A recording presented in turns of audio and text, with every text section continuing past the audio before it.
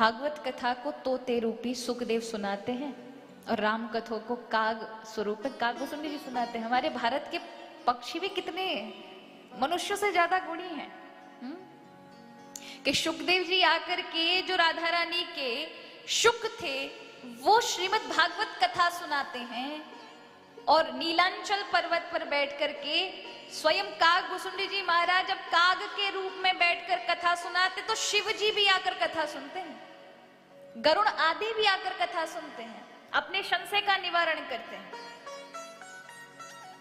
तो हमारे भारतवर्ष के पक्षी भी यहाँ कोई जन्म ले ले हमारा एक मच्छरू बाकी भी धन्यता है, इसलिए भारत भूमि श्रेष्ठ है। आज कथा वहां तक लेके जानी चाहिए थी मुझे।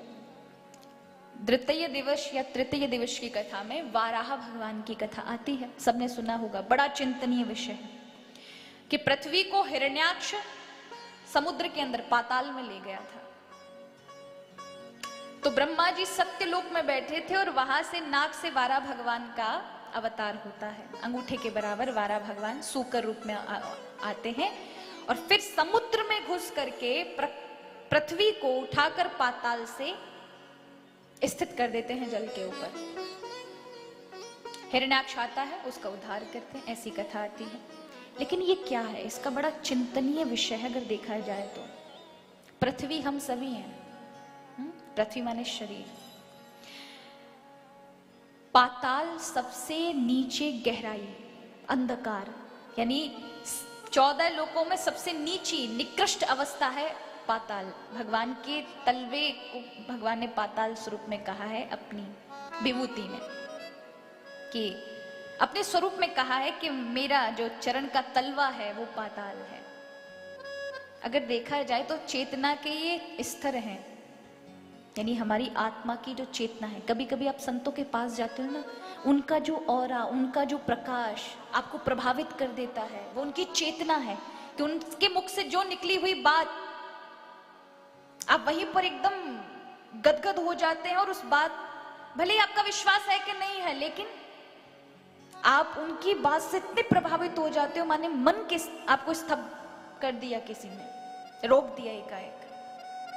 वो उनकी चेतना, उठी हुई चेतना का प्रभाव होता है महाराज। और कई बार लोग बड़े आलसी, अंधकार में, ना मन प्रसन्न है, अशांत हैं, विकृत हैं। वो है कि उनकी चेतना बहुत निम्न स्थान पर, बहुत अंदर अंधकार में चली गई है। जैसे अगर समुद्र के अंदर जाएं तो आपको अंधकार ही नजर आएगा, जितनी गहराई में जाएंगे दम काला अंधकार। कई जगह साइंटिस्ट कहते हैं कि कई जगह 30,000 फीट तक समुद्र की गहराई है, वहां भी जीव रहते हैं। अब इतने गहरे समुद्र के अंदर बिना कोई साधन लिए अगर घुसोगे तो मर जाओगे ना, इतना प्रेशर पड़ता है। तो ऐसे में अंधकार के अंदर पृथ्वी पाताल तक ले जाना, हिरण्याक्ष कहते हैं अहंकार को। जब अभिमान आता है तो वही अज्ञानता ही अंधेरा है कि हम गहन अंधकार में चले जाते हैं। तो स्वयं प्रभु ही आपको जब निकाल कर पृथ्वी पर लेकर आए, यानी अगर आप पृथ्वी पर हैं, आपकी चेतना, तो समझिए आप प्लस में हैं, है ना। अब आप उठा सकते हैं अपने आप को, आप अपना कल्याण कर सकते हैं कि अब आप ऊपर के जो लोग हैं, भू भुव स्वः मह जन तपः सत्यलोक, सत्यलोक में सबसे ऊंचा लोक है जहां स्वयं ब्रह्मा जी विराजते हैं। अगर देखा जाए तो इस शरीर में भी कुंडलियां हैं, स्वादिष्ठान चक्र, मणि चक्र, अनाहत चक्र, फिर आज्ञा चक्र, फिर ब्रह्मरंध्र। तो यहां ये ब्रह्म सबसे ऊंची अवस्था, सबसे नीचे से यात्रा चलती है।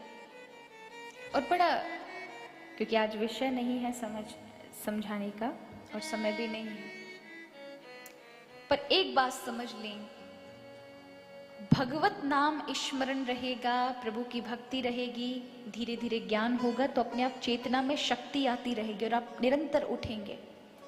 लेकिन वही प्रभु का नाम और सत्य मार्ग से आप थोड़े से भी विमुख हुए तो आपकी चेतना गिर जाएगी। यहां से गिर भी सकती है, पाताल भी जा सकती है, और यहां से ऊपर की ओर भी उठ सकती है। वो आपके हाथ में है। सर्वधर्म संगम, धर्म के सच्चे प्रहरी।